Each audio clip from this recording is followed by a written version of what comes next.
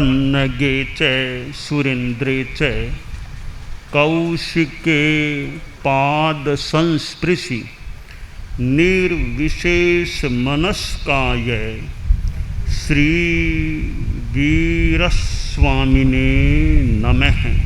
आर्हत वाङ्मय में कहा गया है, को होय माणोय अणिगहीया मायाय लोभोय पवड्ढमाणा चत्तारि ए कषिणा कषाया सिंचन्ति मूला इम पुनर्भवस्य। आगम वाङ्मय में पुनर्भव की चर्चा की गई है। पुनर्भव और पुनर्जन्म एक ही बात है, वापिस भव होना और वापिस जन्म होना। प्रश्न यह होता है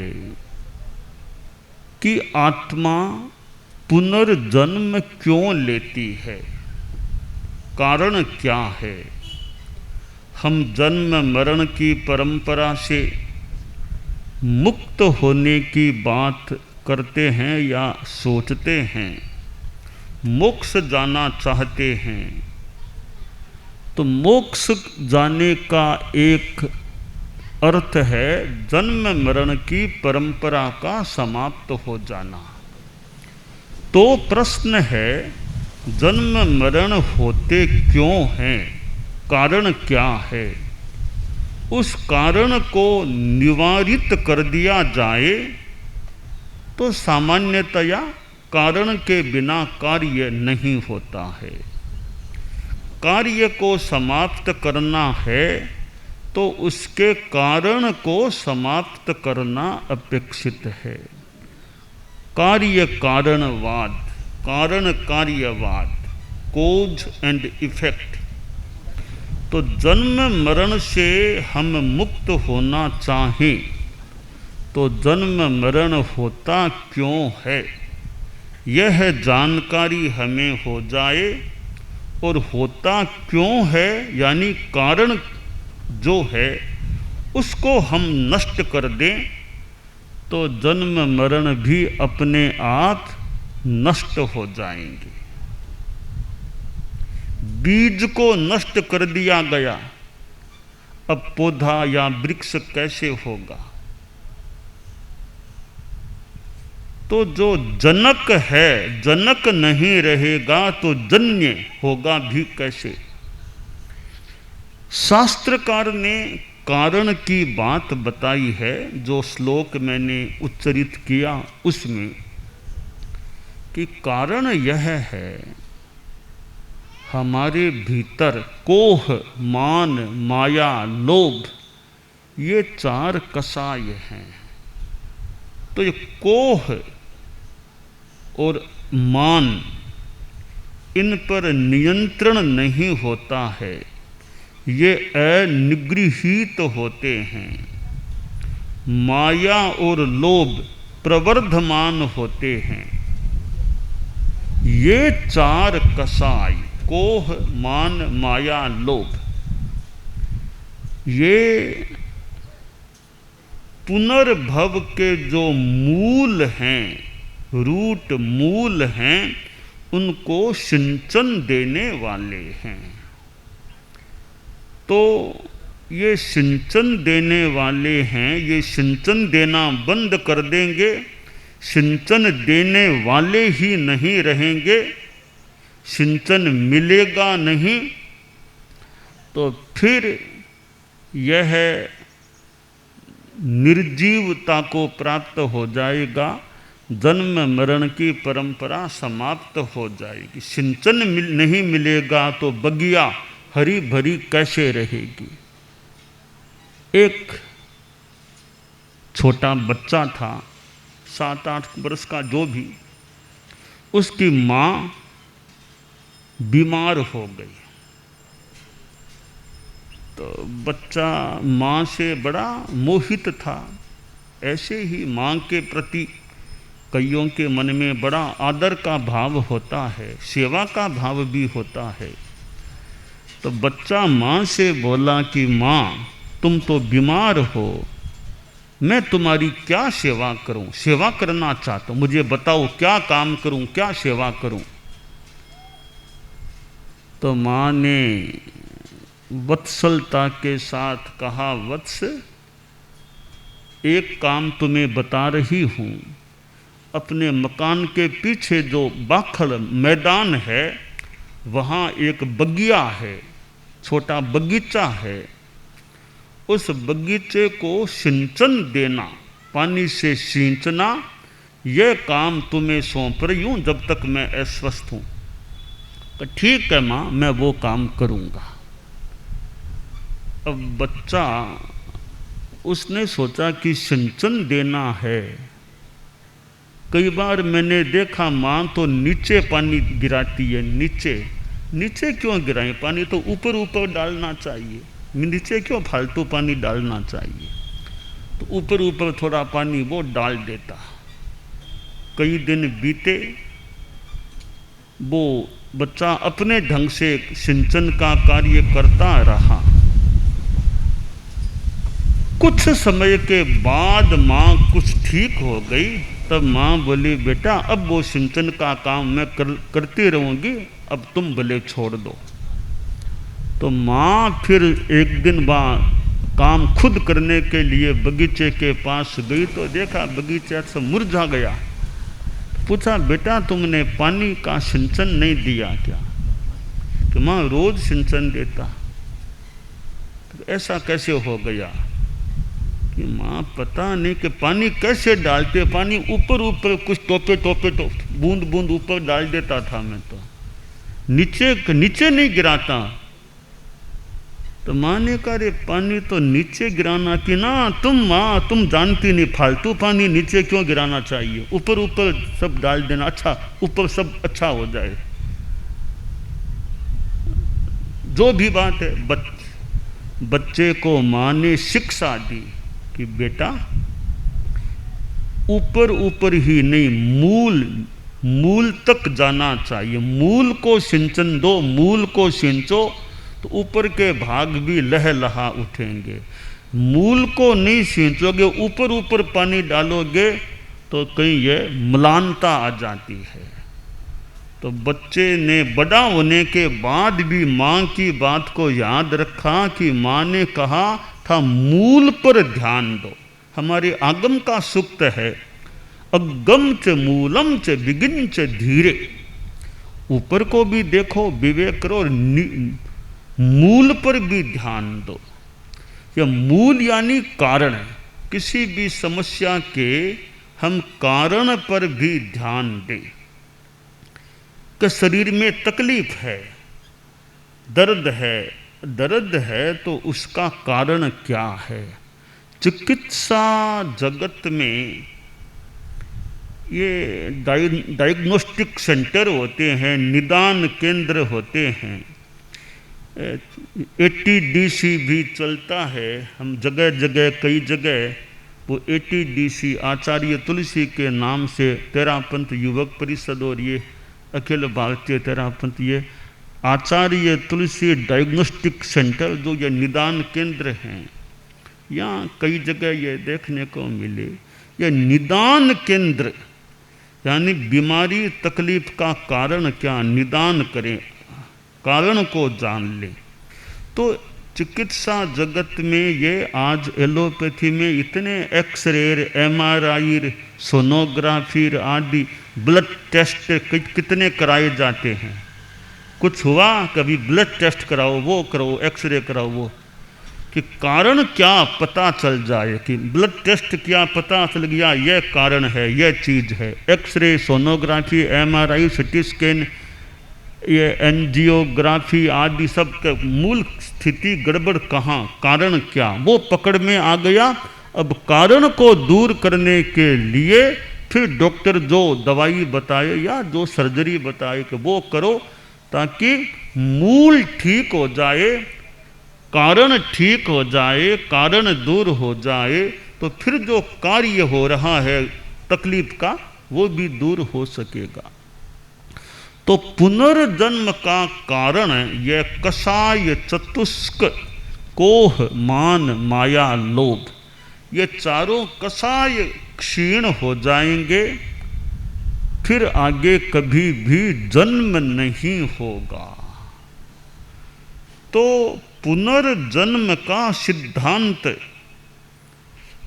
एक अध्यात्म का बड़ा आधारभूत सा सिद्धांत है। जैन दर्शन में तो बहुत स्पष्टतया यह पुनर्जन्म की बात हमें आगम साहित्य में प्राप्त हो जाती है। पुनर्जन्म के साथ कर्मवाद भी जुड़ा हुआ है कि जैसे कर्म किए हुए हैं तदनुसार फल भोगना होता है, फल मिलता है। महात्मा बुद्ध के कोई पैर में कांटा चुभ गया जो भी, तो बुद्ध ने कहा एक संख्या इतने जन्मों 91 कितने जन्मों पहले मैंने पुरुष का वध किया था, हनन किया था, उस कर्म के विपाक के कारण आज अब यह तकलीफ मुझे हो रही है। कितने जन्मों पहले कोई प्राणी वध का कार्य किया, उस कर्म के फल के रूप में यह पैर में तकलीफ हुई है। तो यह पुनर्जन्म के साथ कर्मवाद तो बड़ा गहराई से जुड़ा हुआ है। कर्म न हो तो जन्म होता ही नहीं है। जन्म मरण होता है सकर्मा, कर्म युक्त आत्मा है वही जन्म लेती है। जो कर्म रहित हो गई, सिद्धावस्था को प्राप्त हो गई, उस आत्मा का कभी जन्म होता ही नहीं है। जन्म नहीं तो मृत्यु भी नहीं होती है। तो बहुत से लोगों को, हमें बहुत सौ को पता नहीं होता है मैं किस दिशा से आया था, मैं कहाँ से यहाँ आया हूँ, पिछले जन्म में मैं कहाँ था। और पिछले जन्म का तो फिर भी थोड़ी स्मृति हो जाती है, आगे कहाँ जाऊँगा ये तो साक्षात जानना और भी ज़रा मुश्किल है। पूर्व जन्म का ज्ञान तो फिर भी कई लोग बताते हैं मैं वहाँ था वहाँ, आगे कहाँ जाना है यह संभवतः बताने वाले कोई खास या कम ही होते होंगे, आगे कहाँ जाऊँगा। तो पूर्व जन्म और पुनर्जन्म ये दोनों आपस में जुड़े हुए हैं। किस योनि से जीव किस योनि में जा सकता है। मनुष्य है वो पशु तिर्यंच योनि में भी जा सकता है, नरक योनि में भी जा सकता है, तिर्यंच योनि में भी जा सकता है, मनुष्य योनि में भी वापिस आ सकता है और देवगति में भी जा सकता है और मनुष्य मोक्ष में भी मृत्यु के बाद जा सकता है। तो आस्तिक दर्शन के सिद्धांत के अंतर्गत यह पुनर्जन्म की बात आती है। नास्तिक दर्शन में पुनर्जन्म को भले न भी माना जाए, परंतु हमें तो आदमी को पुनर्जन्म होता है, इस अवधारणा के आधार पर ही अपनी जीवन शैली को सुनिश्चित रखना चाहिए कि ऐसे कार्य न करूं जिनसे मेरे ये पाप कर्म का ज़्यादा बंधन हो और यह पुनर्जन्म की परंपरा वर्धमान बने, आगे से आगे बढ़े। ऐसे ज़्यादा मैं घोर पाप कर्म न करूं, पापों से बचने का प्रयास करूं तथा संबर और निर्जरा की साधना करूं, संयम तप की आराधना करूं, संयम तप से अपनी आत्मा को भावित करने का प्रयास करूं ताकि मैं जल्दी मोक्ष अवस्था को प्राप्त हो सकूं। तो यह जैन दर्शन का तो खास एक मंतव्य है, वाद है कि पुनर्जन्म होता है, पूर्व जन्म भी होता है, अन्यत्र भी पुनर्जन्म की बात प्राप्त होती है, हो सकती है। तो हम अब ध्यान इस बात पर दें कि ये जन्म मरण है तो दुख है। दुख का कारण यानी पुनर्जन्म का कारण ये कषाय हैं, क्रोध, मान, माया, लोभ। हम इन 4 कषायों को विगलित करने का, क्षीण करने का, कषायों को शांत करने का प्रयास करें।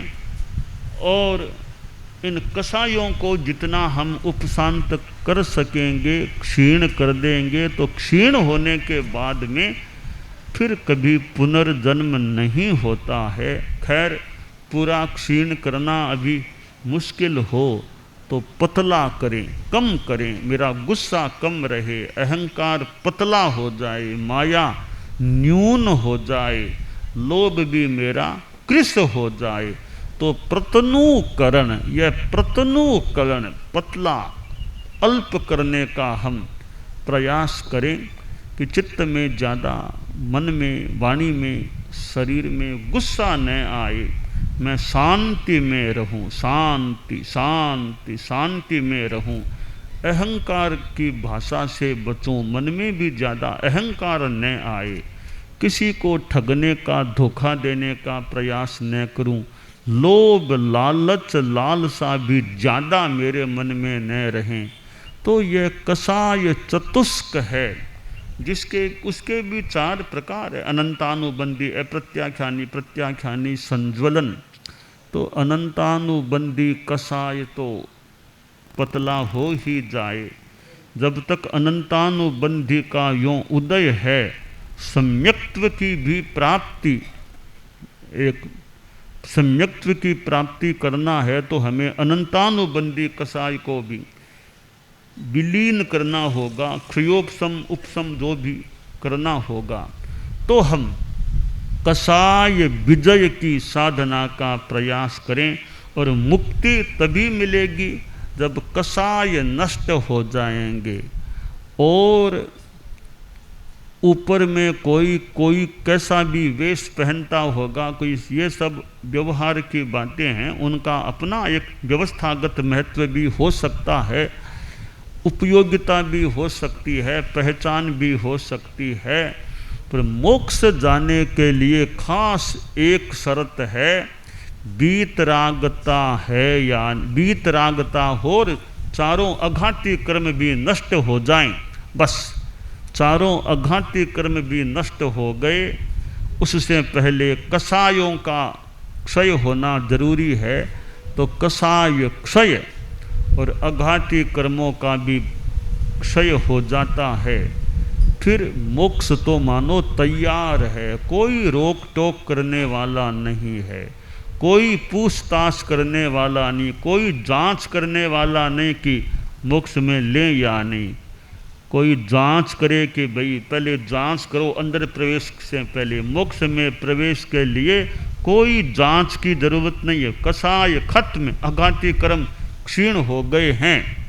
बिना किसी जांच के सीधा डायरेक्ट मोक्ष में आत्मा को प्रवेश मिल जाता है। और मोक्ष में आत्मा जाती है, 1 घंटा नहीं लगता। केवल ज्ञानी की मृत्यु होती है तो मोक्ष में पहुंचने के लिए 1 घंटा भी नहीं लगता। ऐसे भारत दिल्ली से अमेरिका जाना हो तो भी कितना समय, बाई प्लेन भी लग जाता होगा। मोक्ष तो कितना दूर है, अमेरिका से भी कितना कितना कितना ज़्यादा दूर है। तो मोक्ष में यहाँ से आत्मा जाती है, 1 घंटा नहीं चाहिए, 1 मिनट भी नहीं चाहिए, 1 सेकंड भी नहीं चाहिए, उससे भी बहुत कम ही समय में आत्मा एकदम मोक्ष में पहुंची हुई हो जाती है। तो कोई जांच करे तो कितना, कोई जांच नहीं, एकदम सीधी आत्मा मोक्ष में चली जाती है। तो जहाँ है आदमी ठहरा, वहाँ से सीधा आत्मा उसी सीध में मानो लगभग जो भी मोक्ष में चली जाती है। अलोक में आगे गति नहीं करती। अलोई अलोक पड़ी हया सिद्धा, अलोक में प्रतिहत, और वहाँ लोक के अग्रभाग में आत्मा विराजमान हो जाती है।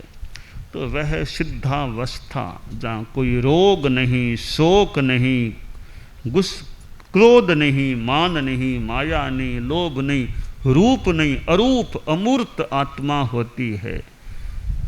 तक्का तत्थन विजयी, कोई वहाँ तर्क वाली बात, कोई तर्क से समझ सके न समझ सके, मोक्ष की जो बात है तर्क से कोई समझा सके न समझा सके, तो वह मोक्षावस्थान होने का मतलब जन्म मरण की परंपरा का समाप्त हो जाना होता है।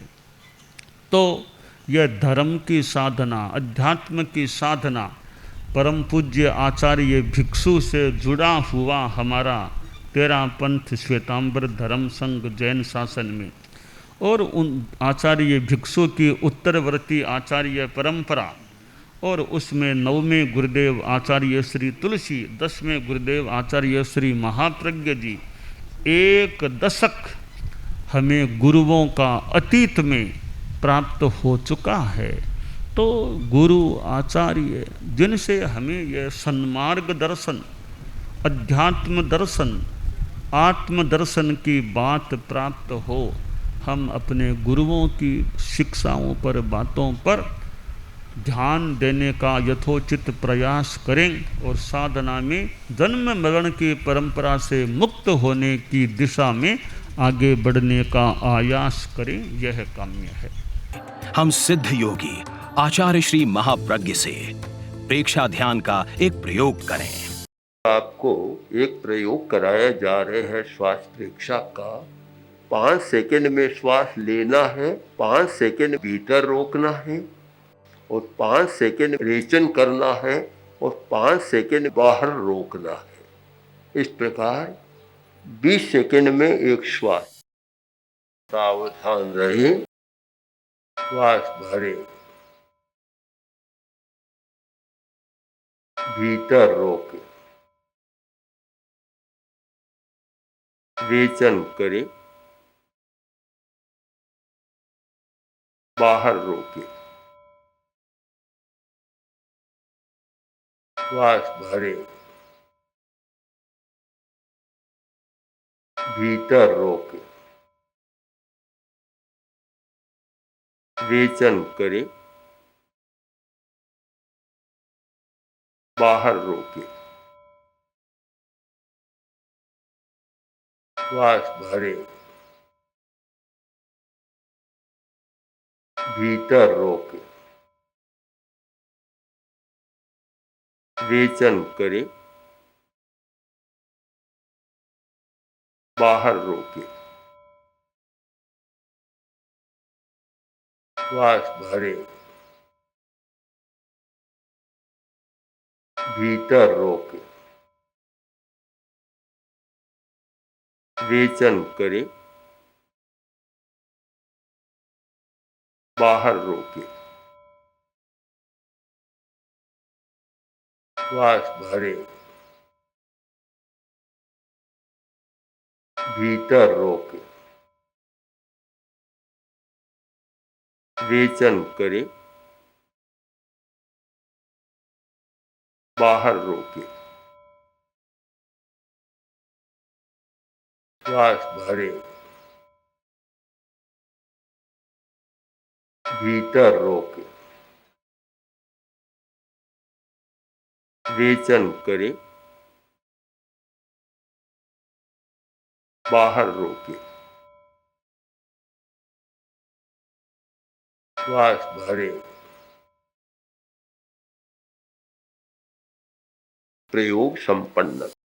तो ये ध्यान के बहुत छोटे प्रयोग कराए हैं, और इनका स्वयं बार बार अभ्यास करें तो एक अच्छा अभ्यास हो सकता है। ओम आर्षम।